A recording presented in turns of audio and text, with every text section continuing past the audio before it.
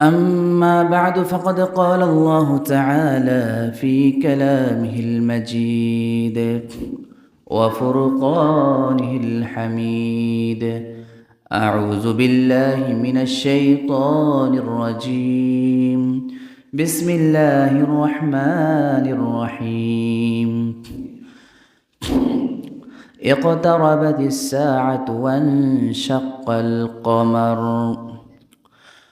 وقال رسول الله صلى الله عليه وسلم: لا تقوم الساعة حتى يبعث دجالون كذابون قريب من 30 كلهم يزعم أنه رسول الله. رواه مسلم. صدق الله العظيم وصدق رسوله النبي الكريم। আলহামদুলিল্লাহ, মহান আল্লাহ পাকের দরবারে লাখ কোটি শুকরিয়া যে আল্লাহ পাক রব্বুল আলামিন আমাদেরকে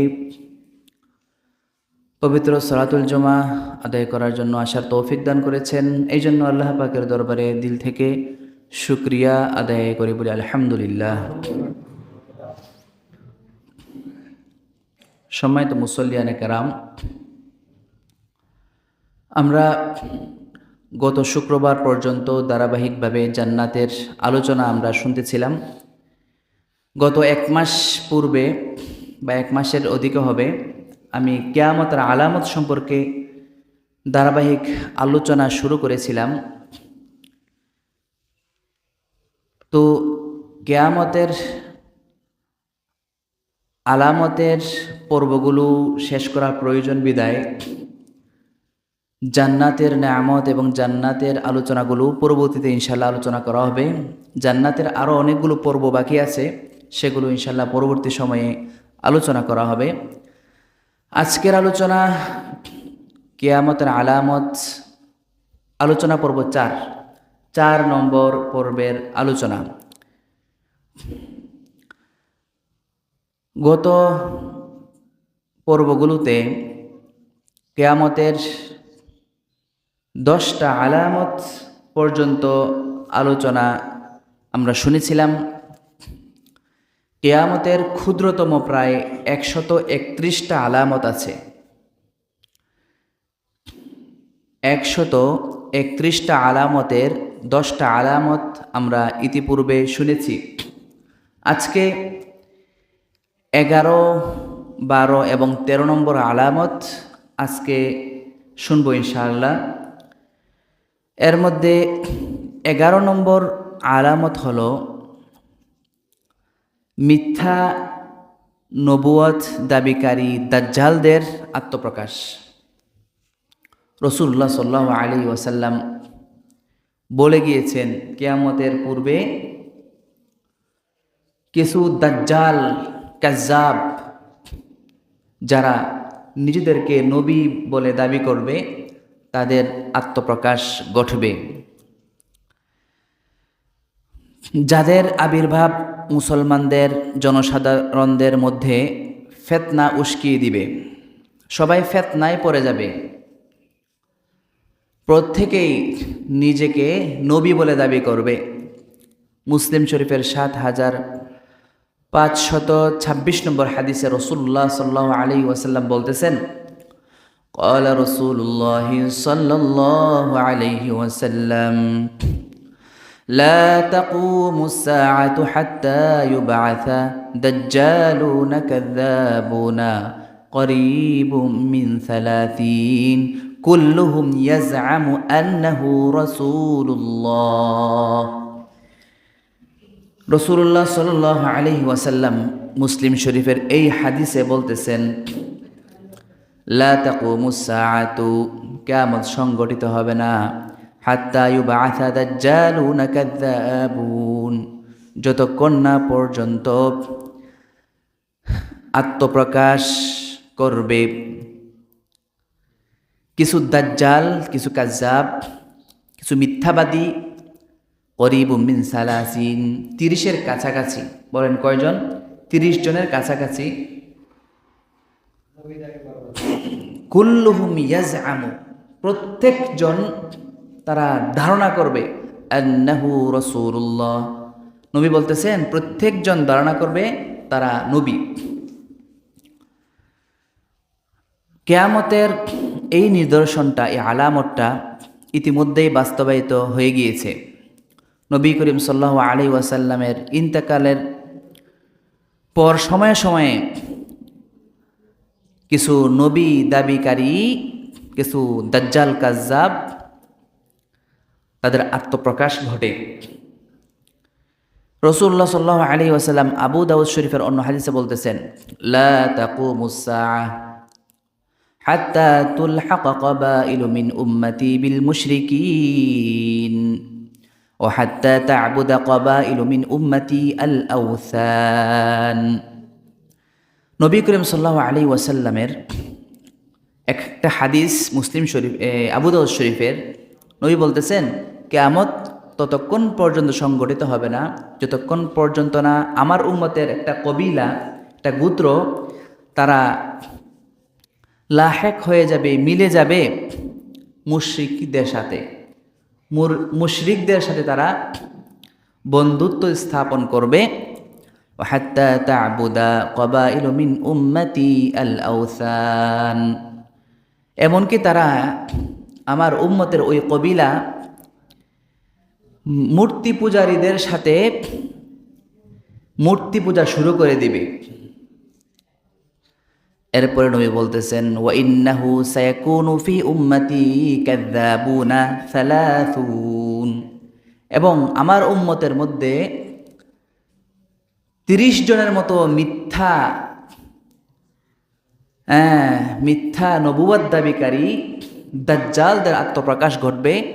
কুল্লুহুম ইয়াজআমু আন্নাহু নবিয়্যুন, সবাই ধারণা করবে তারা নবী। নবী বলতেছেন ওয়া আনা খাতামুন নাবিয়্যিন, আমি হলাম শেষ নবী, ওয়ালা নাবিয়্যা বা'দি, আমার পরে কোনো নবী আসবেন না। মুহতারাম হাজরিন, এই 30 জনের মধ্যে অধিকাংশই অতীতে আত্মপ্রকাশ তারা করে ফেলেছে। আমি কিছু ব্যক্তিদের, কিছু কাজ্জাবদের নাম আলোচনা করতেছি যারা প্রসিদ্ধ ইতিহাসের কিতাবের মধ্যে, যাদের নাম উল্লেখ করা আছে।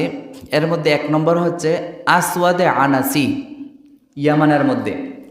সে আসওয়াদে আনাসি নবী সাল্লাল্লাহু আলাইহি ওয়াসাল্লামের থাকা অবস্থায় সে ইয়ামানের মধ্যে সে নবী দাবি করে বসে নিজেকে ইয়ামানে।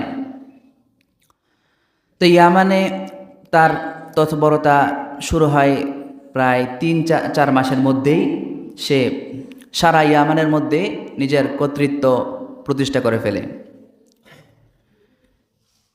এমনকি পুরা ইয়ামান তার আয়ত্তে চলে আসে। রাসূলুল্লাহ সাল্লাল্লাহু আলাইহি ওয়াসাল্লাম তার বিরুদ্ধে সশস্ত্র সংগ্রামের জন্য এবং ব্যবস্থা গ্রহণের জন্য চিঠি পাঠান। নবী করিম সাল্লাল্লাহু আলাইহি ওয়াসাল্লামের চিঠি হাতে পেয়ে ইয়ামানবাসীদের হুঁশ ফিরে আসে। তারা কি করে, তার স্ত্রীর সহযোগিতায়, অর্থাৎ আসওয়াদে আনাসি, তার স্ত্রী ছিল খাঁটি মুসলিমা, তার ঈমান ছিল খাঁটি, পরিপূর্ণ ঈমানওয়ালা ছিল তার স্ত্রী। ইয়ামানবাসীরা তার স্ত্রীর সহযোগিতায় তাকে হত্যা করতে সক্ষম হয়। তার সেই স্ত্রীর আগের একজন স্বামী ছিল, সেই স্বামীকে এই আসওয়াদে আনাসি হত্যা করে সে তাকে বিবাহ করে। যাই হোক, এই আসওয়াদে আনাসিকে ইয়ামানবাসীরা এইভাবে হত্যা করে তার এই ইতিহাস সমাপ্ত করে। যাই হোক, এটা 1 নম্বর ছিল, যেই ব্যক্তি নবী যুগেই রাসূলুল্লাহ সাল্লাল্লাহু আলাইহি ওয়াসাল্লামের জীবদ্দশায় নিজেকে নবী দাবি করেছিল। 2 নম্বর তুলাইহা বিন খুয়াইলিদ, সেও মুসলিম ছিল, পরবর্তী নিজেকে নবী দাবি করে। কিতাবে আছে পরবর্তীতে তওবা করে সে মুসলমান হয়ে যায়। 3 নম্বর মুসাইলামাতুল কাজ্জাব, আমরা সবাই নাম শুনেছি। আবু বকর রাদিয়াল্লাহু তাআলা আনহু এর যুগে সে নিজেকে নবী দাবি করে বসে। লম্বা ইতিহাস, সবগুলোর আলোচনা করতে গেলে আমি এই সংক্ষিপ্ত সময় শেষ করতে পারবো না। পরবর্তী সময়ে যদি সুযোগ হয় প্রত্যেকটা ধারাবাহিকভাবে আমি ইনশাআল্লাহ আলোচনা করার চেষ্টা করব, কারণ ইতিহাসগুলো আপনাদের সবার জানা প্রয়োজন। 4 নম্বর, সজ্জাহ বিনতে হারেস, সেও নবী দাবি করে বসেছিল, লম্বা ইতিহাস আছে। 5 নম্বর, মুখতার ইবনে আবি উবাইদা। 6 নম্বর, হারেস ইবনে সাঈদ কাজ্জাব, সেও নবী দাবি করে বসেছিল। 7 নম্বরে আসেন গোলাম আহমদ কাদিয়ানি। বর্তমানে কাদিয়ানি সম্প্রদায় যারা গোলাম আহমদকে নবী বলে মনে করে, ইতিহাসের পাতায় তাদের নাম সুন্দরভাবে উল্লেখ আছে, এই প্রসিদ্ধগুলোর আর কি। এছাড়াও অনেকের নাম আছে যেগুলো হয়তো প্রসিদ্ধ না, কিন্তু প্রায় 30-এর বেশি পৌঁছে গেছে। রাসূলুল্লাহ সাল্লাল্লাহু আলাইহি ওয়াসাল্লাম তো 30 জনের কথা বলেছিলেন, কিন্তু হিসাব করলে দেখা যায় যে কি 30-এর বেশি হয়ে গেছে।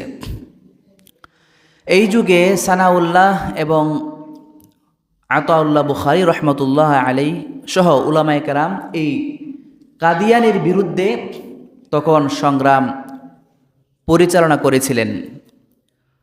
সনটা ছিল 1908 সাল। তখন কাদিয়ানি সম্পর্কে লম্বা ইতিহাস, কাদিয়ানি সম্পর্কে একবার শুধু এই কাদিয়ানি সম্পর্কে আলোচনা করব ইনশাল্লাহ আলাদাভাবে, কারণ সংক্ষিপ্ত সময়ে তার ইতিহাস বলা সম্ভব নয়।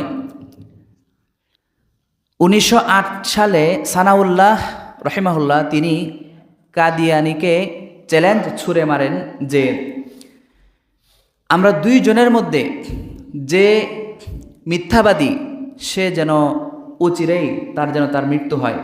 তখন দেখা গেছে যে 1 বছরের মধ্যেই এই গোলাম আহমদ কাদিয়ানি কলেরায় আক্রান্ত হয়ে বাথরুমের ডাস্টবিনে পড়ে তার মৃত্যু হয়। যাই হোক, তাহলে আমি কিয়ামতের 11 নম্বর আলামত বলেছিলাম, কিছু মিথ্যা নবুয়ত দাবিকারী কাজ্জাব দাজ্জালদের আত্মপ্রকাশ ঘটবে, যেগুলো ইতিপূর্বে ঘটে গেছে। কিয়ামতের 12 নম্বর আলামত হলো মানুষ শান্তি এবং নিরাপত্তার সাথে চলতে পারবে এবং সচ্ছলতার জয় জয়কার হবে, এবং আরব ভূমিগুলো সবুজ শ্যামল এই বাগ বাগিচায় পরিপূর্ণ হয়ে যাবে। এটা হলো 12 নম্বর আলামত। এই সম্পর্কে রাসূলুল্লাহ সাল্লাল্লাহু আলাইহি ওয়াসাল্লাম মুসনাদে আহমদের 8819 নম্বর হাদিসে বলতেছেন, ক্বালা রাসূলুল্লাহি সাল্লাল্লাহু আলাইহি ওয়াসাল্লাম লা তাকুমুস সাআতু হাত্তা তাউদা আরদুল আরবি মুরুজাও ওয়া আনহারা। নবী করিম সাল্লাল্লাহু আলাইহি ওয়াসাল্লাম বলতেছেন, কিয়ামত ততক্ষণ পর্যন্ত সংগঠিত হবে না যতক্ষণ না আরব ভূমিগুলো ফিরে আসবে, তার মধ্যে সবুজ শ্যামল এবং বাগ বাগিচা এবং নদী নালা। বর্তমান আপনি আরবের মরুভূমিগুলোতে যখন যাবেন সেখানে দেখবেন অতিবৃষ্টির কারণে সেখানে সেই মরুভূমি পাহাড় পর্বতগুলো প্রায় সবুজ শ্যামল হয়ে গিয়েছে, আমরাও দেখে এসেছি সেখানে। তারপরে আরবের মধ্যে ধুলিময় মাটি, বালুর, যেগুলোর মধ্যে ঘাস একদমই উঠে না, তারা বিভিন্নভাবে সেখানে ফসল তারা করতেছে, সবুজ শ্যামল হয়ে উঠতেছে আরবের ভূমিগুলো। এটা কিন্তু কিয়ামতের একটা আলামত, সে আলামতও আমরা পেয়ে গেলাম। নবী বলতেছেন, ওয়াহাত্তা ইয়াসিরুর রাকিব বাইনাল ইরাকি ওয়া মাক্কাতা ওয়া লা ইয়াখাফু ইল্লা দালালাত তরিক। নবী বলতেছেন যে হাত্তা ইয়াসিরুর রাকিব, একজন সফরকারী, একজন সওয়ারি, সে সুন্দরভাবে সহজে ইরাক থেকে মক্কায় সে আসতে পারবে। আগের যুগে এমন একটা পরিবেশ ছিল যে মানুষ একাকে সফর করতো না, কাফেলাবদ্ধ হয়ে আমরা সবাই জানি এক জায়গা থেকে আরেক জায়গায় তারা চলাফেরা করত। বর্তমান আপনি যদি ইচ্ছা করেন একা এখান থেকে আপনি আমেরিকা যাবেন, সৌদি আরব যাবেন, ইংল্যান্ড যাবেন, মিশর যাবেন, রাশিয়া যাবেন, চীন যাবেন, জাপান যাবেন, একা ইচ্ছা করলে যেতে পারবেন না? বলেন। আপনার কোনো টেনশন নাই, সহজে আপনি চলে যেতে পারবেন। নবী কিন্তু আগেই বলে গিয়েছেন যে মানুষের এরকম সহজে মানুষ এক জায়গা থেকে আরেক জায়গায় যেতে পারবে, শুধু মানুষ এটা ভয় পাবে লা ইয়াখাফু ইল্লা দালালাত তরিক, রাস্তা হারানো ছাড়া কোনো ভয় থাকবে না। বর্তমান আধুনিক যুগ এটাও কিন্তু সহজ হয়ে গিয়েছে। মানুষ যদি রাস্তা না চেনে মোবাইলের মাধ্যমে সহযোগিতা নিয়ে তার রাস্তার লোকেশন দেখে দেখে সে তার স্থানে চলে যেতে পারে। তাহলে আমরা এই আলামতটাও পেয়ে গেলাম। যাই হোক, কিয়ামতের এটা 12 নম্বর আলামত। 13 নম্বর আলামত, কিয়ামতের 13 নম্বর আলামত হলো হেজাজ ভূমি থেকে বিশাল এক অগ্নিকুণ্ড প্রকাশ পাবে।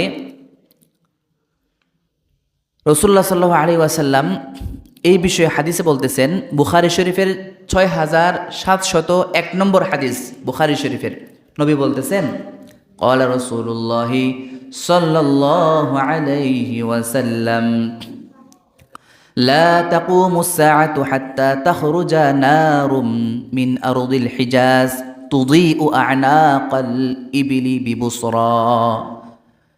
রাসূলুল্লাহ সাল্লাল্লাহু আলাইহি ওয়াসাল্লাম বুখারী শরীফের এই হাদিসে বলতেছেন, কিয়ামত ততক্ষণ পর্যন্ত সংগঠিত হবে না যতক্ষণ না পর্যন্ত হাত্তা তাখরুজা নারুম মিন আরদ হিজাজ, হিজাজ ভূমি থেকে একটা আগুন বের হবে, তুযীউ আ'নাকাল ইবলি বিবুসরা, বসরায় উটগুলোর গলা পর্যন্ত আলোকিত করে দিবে। আগুনটা এতই বড় হবে যে মদিনা থেকে সেই ইরাকের বসরা পর্যন্ত তার আলো চলে যাবে, সেই বসরার উটের গর্দান পর্যন্ত আলোকিত করে ফেলবে। হিসাব করলে দেখা যায় যে মদিনা থেকে বসরা দূরত্ব 985 কিলোমিটার, 985 কিলোমিটার দূরত্ব। সেই 985 কিলোমিটার দূরে পর্যন্ত সেই আগুনের শিকার আলো চলে যাবে। ইমাম নবী রহমতুল্লাহ আলাইহি, ইমাম ইবনে হাজার আসকালানি রহমতুল্লাহ আলাইহি এবং ইমাম কুরতুবী রহমতুল্লাহ আলাইহি সহ অনেক মুফাসসিরিনে কেরাম এবং ঐতিহাসিকদের মতে এই ঘটনা, এই আগুন বের হওয়ার ঘটনা 654 হিজরি বা 1256 ইংরেজি সালে, 1256 ইংরেজি সালে এই ঘটনাটা সংঘটিত হয়ে গিয়েছে। প্রায় 3 মাস পর্যন্ত এই আগুন ধারাবাহিকভাবে অবিরাম জ্বলতেছিল। মদিনার মহিলারা এই আগুনে তারা রাতের গল্পের আসর জমাইত। তা আমরা ঘটনার বিবরণ সংক্ষিপ্তভাবে শুনি। 654 হিজরি বা 1256 ইংরেজিতে জুমাদাল উখরার 3 তারিখ বুধবার দিবাগত রাতে মদিনার দিক থেকে বিশাল এক অগ্নিকুণ্ডের সূত্রপাত ঘটে এবং আগুন ভরকে ওঠে। প্রায় 3 দিন পর্যন্ত আগুন বের হওয়ার 3 দিন পর্যন্ত একটু একটু পরপর ভূমিকম্প হতে থাকে সে মদিনায়। এরপর হাররা প্রান্তরে যেখানে বনি কোরাইজার বসবাস ছিল সেখানেও আরও বিশাল অগ্নির সূত্রপাত ঘটে সেই জায়গায়। এই আলোতে বলেছিলাম আগে তো আমাদের মতো কি এই রুড লাইট এগুলো ছিল না, অন্ধকার ছিল। রাতে যদি একটু অন্ধকার জায়গা আলো থাকে, সৌদি আরবে তো গরম বেশি, সেখানে মানুষজন রাতে বের হয়, মার্কেটিং ইত্যাদি রাতে তারা করে, রাতে পরিবেশ ঠান্ডা হয়। মদিনাবাসীরা তার রাতে ওই আগুনের আলোতে তারা গল্পের আসর জমাইত। মোহতারাম হাজরিন, ঐতিহাসিকদের মধ্যে প্রায় কেউ বলতেছেন 2 মাস, কেউ বলতেছেন 3 মাস পর্যন্ত ওই আগুন জ্বলতেছিল ধারাবাহিকভাবে। বর্তমান মদিনা এয়ারপোর্ট, মদিনা যে বর্তমান এয়ারপোর্ট আছে, এয়ারপোর্ট পর্যন্ত এই আগুন চলে আসছিল। এবং ইতিহাসের কিতাবে আছে যে সমুদ্র পৃষ্ঠ থেকে প্রায় 916 মিটার উপরে পর্যন্ত আগুন চলে গিয়েছিল। আগুনের উচ্চতা প্রায় সমুদ্র পৃষ্ঠ থেকে 916 মিটার উপরে পর্যন্ত কি আগুন পৌঁছে গিয়েছিল। এত বড় আগুনের সূত্রপাত ঘটে সেই 654 হিজরি বা 1256 ইংরেজিতে। তো কেয়ামতের আলামতের মধ্যে একটা আলামত কিন্তু এটাও। তো এই আলামতে কিন্তু আমরা কি পেয়ে গেলাম। যাই হোক, সময় শেষ। কেয়ামতের এরকম ক্ষুদ্রতম 131টা আলামত আছে, যেগুলো ধারাবাহিকভাবে আমাদের জুমার আলোচনায় আমরা শুনতে পারবো ইনশাল্লাহ। আল্লাহ তাআলা আমাদেরকে এই আলামতগুলো দেখে শিক্ষা গ্রহণ করার তৌফিক দান করুন। ওয়া আখিরু দাওয়ানা আনিল হামদুলিল্লাহি।